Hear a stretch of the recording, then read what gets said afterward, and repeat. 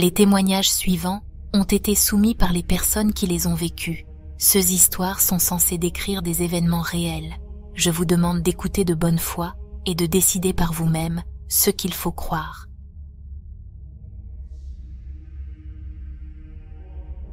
Pour vous raconter mon expérience, je dois d'abord vous parler de la manière dont mon grand-père est décédé.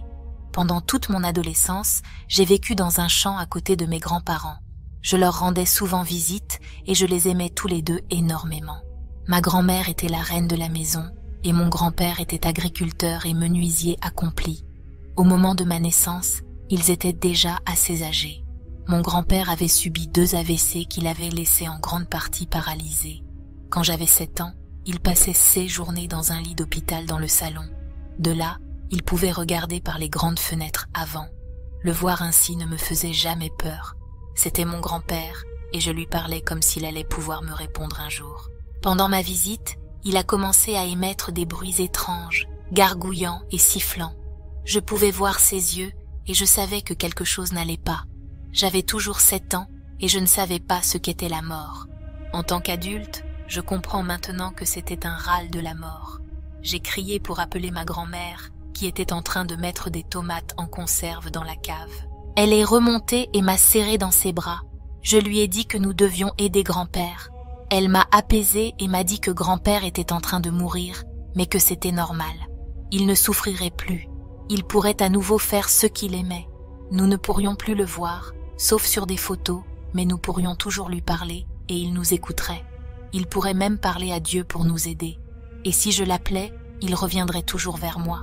Comme je l'ai dit, à l'époque, je ne savais pas encore ce qu'était la mort, mais ma grand-mère m'a réconfortée. Des années plus tard, j'étais en visite chez moi pendant mes études universitaires. Ma grand-mère était décédée environ 1 an et demi plus tôt. Mes parents étaient partis en ville pour la nuit, donc j'étais seule dans ma vieille maison. Normalement, ils laissaient le chien pour me prévenir en cas d'intrusion. Mais il y avait une autre raison pour laquelle j'ai demandé à garder le chien avec moi à la maison. Peu importe où je me trouvais, jour ou nuit, quand j'étais seule ou loin des autres personnes, il m'arrivait parfois de sentir quelque chose qui n'était pas là, de ressentir des contacts ou même la présence d'une personne. Parfois, j'étais seule dans une maison quand un bruit répétitif comme des coups ou le rebond d'une balle commençait. Quand je demandais à qui ou à quoi faisait ce bruit de s'arrêter, ça s'arrêtait. Étrangement, quand j'avais un animal près de moi, il n'y avait pas autant d'activité. C'est donc pour ces raisons que j'étais méfiant lorsque mes parents ne m'ont pas laissé le chien cette nuit-là. Ça a commencé vers 17h. Il y avait des odeurs étranges, des odeurs de lait tourné, ou de fruits pourris, ou d'urine rance. J'en sentais des bribes de temps en temps. Je savais ce qui se passait, mais je cherchais quand même les sources. Ma mère gardait sa maison impeccablement propre, sans nourriture avariée. J'ai essayé d'ignorer ce qui se passait. Si ça sentait mauvais, parler ne ferait qu'aggraver les choses. Quand je suis allée me coucher, j'ai laissé la lumière du placard allumée et j'ai remonté ma couverture jusqu'à mes yeux. J'ai fait des cauchemars jusqu'à minuit. C'est à ce moment-là que je me suis réveillée, car l'odeur était insupportable. Assis seule dans mon lit, seule dans la maison, ça empirait. J'ai senti quelque chose sur ma joue. Si je devais le décrire, je dirais que c'était comme si quelqu'un avec de longs ongles avait entaillé ma joue avec 2 ongles. Il n'y avait personne. Ensuite, j'ai été poussée hors de mon lit, terrifiée. J'ai couru dehors avec mon téléphone portable et des cigarettes. Je tremblais et je ne savais pas qui appeler. Tout ce que je savais, c'est que je ne pouvais pas y retourner. En restant dehors, c'est là que j'ai vu la maison vide de ma grand-mère de l'autre côté du champ. J'aurais souhaité qu'elle soit toujours là avec sa vieille lumière de porche allumée pour que je me sente en sécurité. Puis je me suis souvenue de ce qu'elle m'avait dit à propos de grand-père toutes ces années auparavant. Alors j'ai commencé à leur parler à tous les deux, leur disant à quel point j'avais peur, leur disant que je ne savais pas quoi faire. J'ai commencé à pleurer. Puis cette lumière de porche s'est allumée. Je l'ai vue s'allumer de l'autre côté du champ. En même temps, j'ai commencé à sentir l'odeur de ma grand-mère. Elle sentait toujours la transpiration et la farine. Elle ne mettait jamais de déodorant et elle était presque toujours en train de préparer quelque chose. J'ai senti des mains me toucher légèrement les épaules, puis se resserrer, comme pour dire « Je te tiens, tu es en sécurité ». Je savais que ces mains étaient celles de mon grand-père. Avec mes grands-parents, j'ai pu rentrer à l'intérieur. Quelle que soit cette présence qui était là, elle était partie. Le lendemain matin, je sentais encore des traces de farine. Ma mère était perplexe quant à la raison pour laquelle la lumière du porche de ma grand-mère était allumée. Personne d'autre n'avait les clés, sauf elle, et elles étaient dans son sac à main. Ma mère a appelé la police, et pendant qu'elle parlait, j'ai vu la lumière s'éteindre. Aucune preuve d'intrusion n'a jamais été trouvée. Ils ont simplement expliqué cela par le fonctionnement défectueux de toutes les lumières.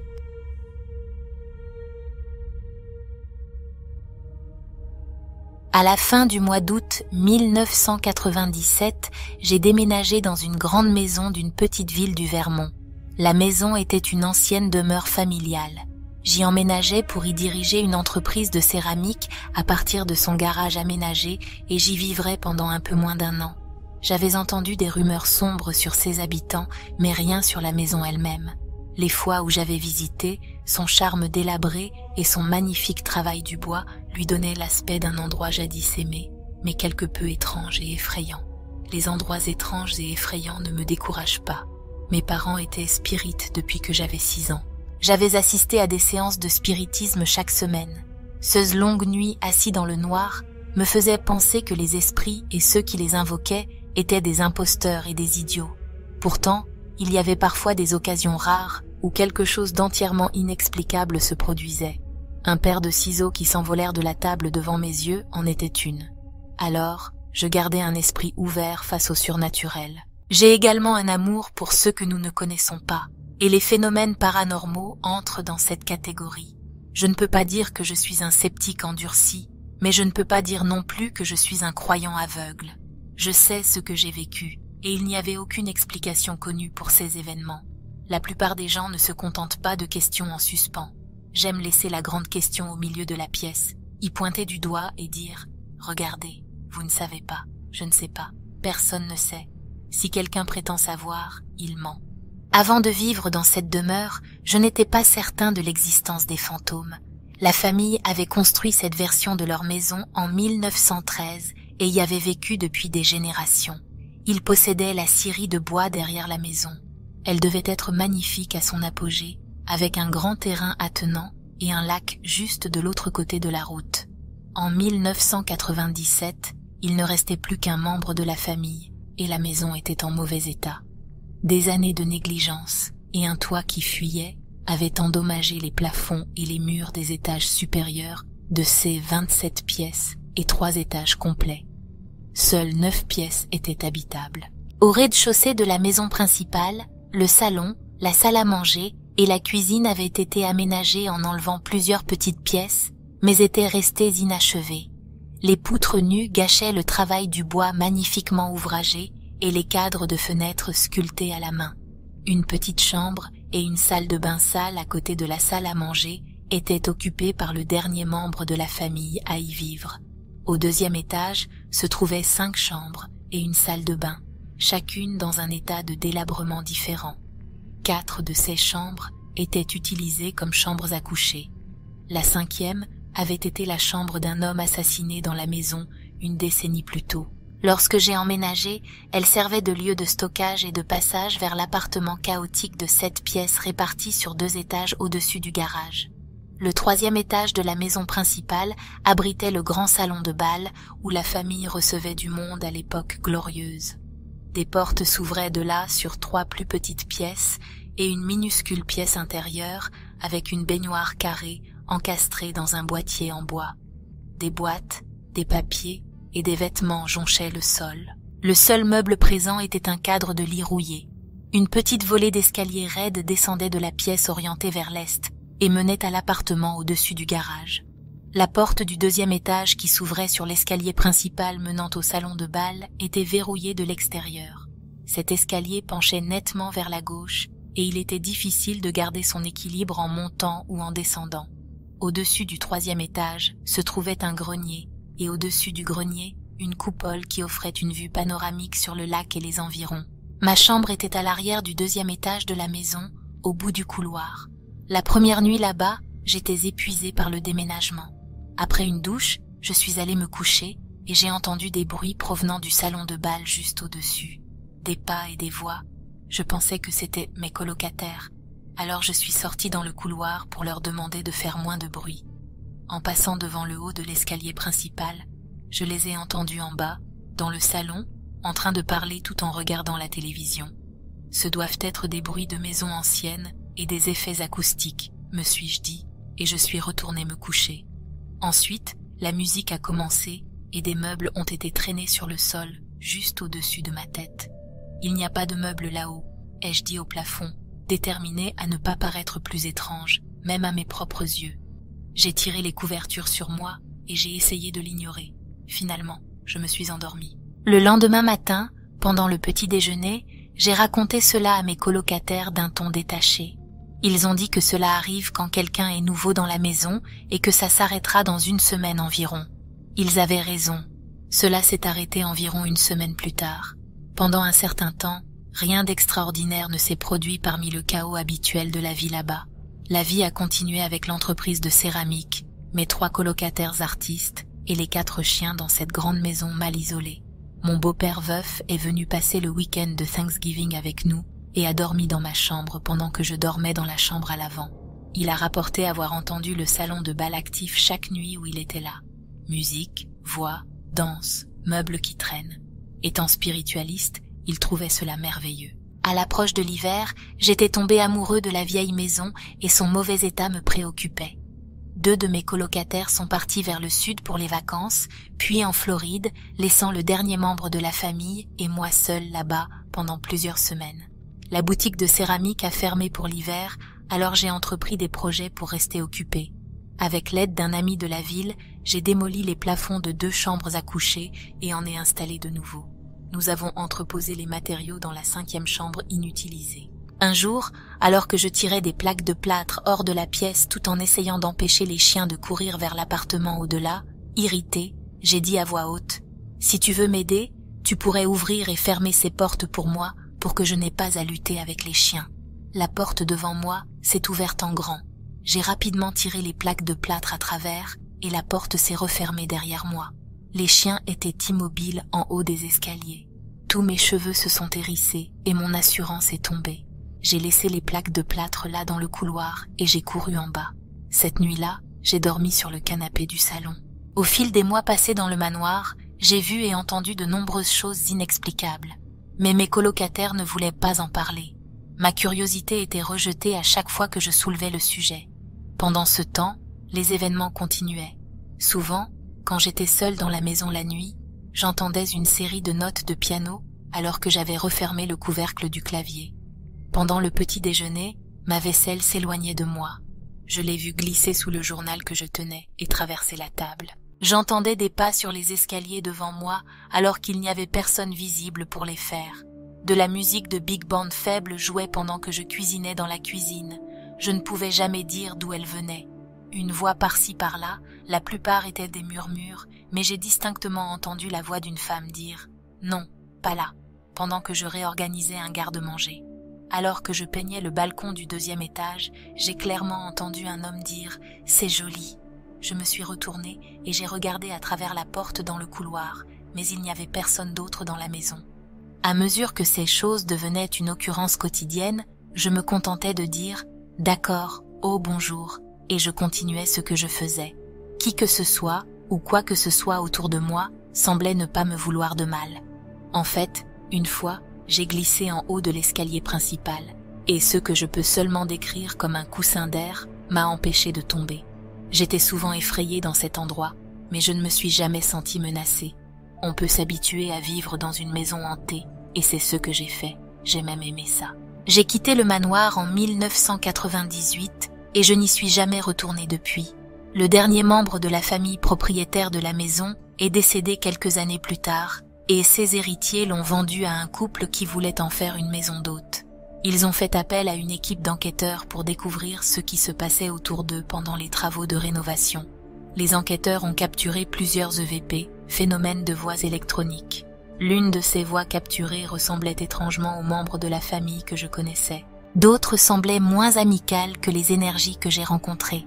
D'après les photos sur leur site web, la maison est magnifique maintenant, toutes ces années plus tard, et cette maison reste dans mes pensées.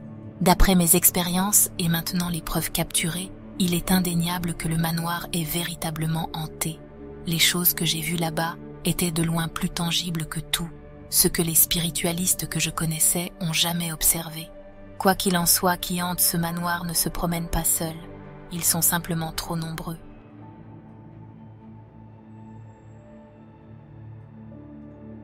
Je viens de Charleston, en Caroline du Sud, et ma famille y habite depuis l'époque où c'était une colonie. C'est une ville très hantée avec une longue histoire du paranormal. J'ai vécu avec des événements surnaturels toute ma vie, mais il y a une histoire qui reste particulièrement claire dans ma mémoire. C'est également l'une des rares histoires que je partage avec quelqu'un d'autre qui peut corroborer ce que j'ai vu. Cela s'est passé dans l'ancienne bourse, dans le cachot du Provost, situé sur East Bay Street à Charleston. L'ancienne bourse, dans le cachot du Provost, était utilisée pendant la guerre révolutionnaire pour emprisonner des patriotes et, occasionnellement, des pirates. Charleston se trouve juste au bord de l'eau, donc tout ce qui est souterrain sera inondé d'eau de mer, y compris le cachot. Cela aurait été un endroit humide, sombre et misérable pour être enfermé. Des siècles après la libération de la dernière personne, on ressent encore un sentiment de désespoir et de colère là-bas. Les ridicules personnages animatroniques et les employés en costumes coloniaux ne font rien pour réduire ce sentiment d'inquiétude. Pour accéder au véritable cachot, il faut descendre un escalier très étroit et sinueux qui est décoré de photos et d'informations sur les pirates de la région. Ma meilleure amie était venue me rendre visite pendant que j'étais à l'université et je l'ai emmenée voir cet endroit. Nous étions en avance et on nous a dit que le cachot serait vide et que nous devrions attendre dans la salle d'attente que le guide descende le reste du groupe de visiteurs. Heureuse d'être seule, elle et moi sommes descendus les escaliers en parlant fort et en riant comme le font les amis. Lorsque nous avons atteint le dernier palier d'escalier, nous pouvions voir à travers la porte dans la salle avant le cachot. Juste à l'entrée se trouvait un jeune homme en uniforme rouge d'un soldat britannique. Il se tenait au garde-à-vous juste à l'intérieur de la salle d'attente. Cela ne semblait pas étrange car toutes les personnes qui y travaillent sont tenues de porter des costumes coloniaux. L'homme en manteau rouge et chapeau tricorne s'est retourné lorsque nous avons atteint le dernier palier, a croisé mon regard et m'a souri. Ma meilleure amie et moi nous étions un peu ridicules et il semblait amusé par nous. C'était un bel homme avec des yeux bleu-gris et des cheveux auburn qui lui tombaient aux épaules, attachés avec un ruban noir. Se sentant un peu gênés d'avoir fait les idiotes, nous nous sommes calmés et avons passé quelques minutes dans le petit couloir au pied des escaliers, regardant les souvenirs de pirates. Je continuais de regarder le jeune homme et j'étais sûre qu'il nous trouvait drôles. Finalement, mon ami et moi sommes passés devant lui pour nous asseoir dans la salle d'attente. Le coude faisait face à la porte, ce qui signifiait que nous faisions face au manteau rouge. Seulement, il n'y avait plus personne. À l'endroit exact où il se tenait, il y avait maintenant un mannequin portant l'uniforme d'un soldat britannique. Le mannequin était blanc, sans traits distinctifs, et ne portait même pas de perruque. Il n'y avait aucun moyen que je puisse le confondre avec une personne. Mon amie resta silencieuse, incapable de parler, et toutes les deux nous ressentions la sensation de picotement comme si nous avions vu quelque chose d'impossible. La partie la plus étrange était que je sentais encore quelque chose de bizarre dans la pièce vide. Pour une raison quelconque, le manteau du mannequin n'avait pas de bouton en étain. À la place, il avait des fausses pierres bon marché et tape à l'œil. C'était laid et pas du tout historiquement correct. J'étais remplie de frustration et d'irritation et je voulais vraiment les retirer. Cela ne semblait pas être mes propres émotions, mais plutôt comme si l'esprit partageait son mécontentement avec moi. S'il était un fier soldat et utilisait le mannequin pour se manifester, il ne serait probablement pas content d'une telle addition laide et incorrecte à son costume. Finalement, d'autres visiteurs sont arrivés petit à petit, mais personne ne parlait. Comme s'ils ressentaient eux aussi ce qui avait maintenu mon ami et moi dans le silence. Ce n'était pas de la peur, il n'y avait aucun sentiment de danger, mais c'était perturbant. Alors que je m'asseyais là, tenant la main de ma meilleure amie, j'entendis un chuchotement, non pas dans mon oreille, mais dans mon esprit. « James », dit-il. Lorsque le guide touristique entra, il remarqua à quel point nous étions silencieuses et demanda en plaisantant si nous avions vu un fantôme. Mon ami et moi ne disions rien, mais je soulignais que des gens étaient morts en ces lieux. Le reste de la visite fut banal, et nous riions et continuions notre journée. Ma meilleure amie et moi en avons brièvement discuté, et nous avons convenu que nous avions toutes deux vu un jeune homme aux cheveux auburn avant de passer la porte. 2 ans plus tard, Juste avant que je ne termine mes études et quitte la ville, ma meilleure amie et moi sommes retournés à l'ancienne bourse dans le cachot du Provost, juste pour voir ce qui pourrait se produire. Nous devions y retourner avant de n'avoir plus aucune raison d'y aller. Lorsque nous sommes arrivés dans la salle d'attente à côté du cachot, nous avons remarqué que le mannequin avait été déplacé dans un coin éloigné et que son manteau avait été modifié pour avoir l'air plus réaliste. Pas de pierres en plastique, contrairement à la dernière fois. La salle d'attente était pleine de monde et bruyante. Mon ami et moi avons abordé un homme qui y travaillait et lui avons demandé au sujet du manteau du mannequin. « Oh, tu veux dire James ?» répondit le guide touristique sans hésiter. Je n'ai jamais vu ma bouche s'ouvrir aussi grand avant ou depuis, mais c'est ce qui s'est passé alors. Apparemment, l'équipe qui travaillait là-bas avait nommé le mannequin James. Il nous a dit que d'autres personnes avaient eu des expériences autour de James. Je n'ai pas revu l'esprit. J'ai eu la sensation qu'il était moins agité maintenant, son mannequin ne portant plus de fausses pierres bon marché. Je soupçonne que l'esprit avait des opinions très claires sur son uniforme et n'était pas du tout satisfait de son état et qu'il voulait que quelqu'un le corrige. J'aimerais en savoir plus sur James, qui il était et pourquoi son esprit reste dans ce cachot. Son visage est parfaitement clair dans mon esprit, même des années plus tard, et il avait l'air réel et solide. Il ne semblait pas malheureux, juste contrarié par son manteau et amusé par les deux jeunes filles qui riaient dans le couloir.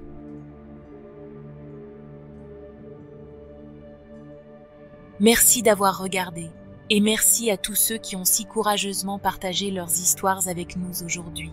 Si vous avez aimé la vidéo, n'hésitez pas à liker, partager et vous abonner.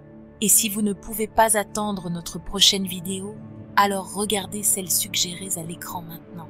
À la prochaine.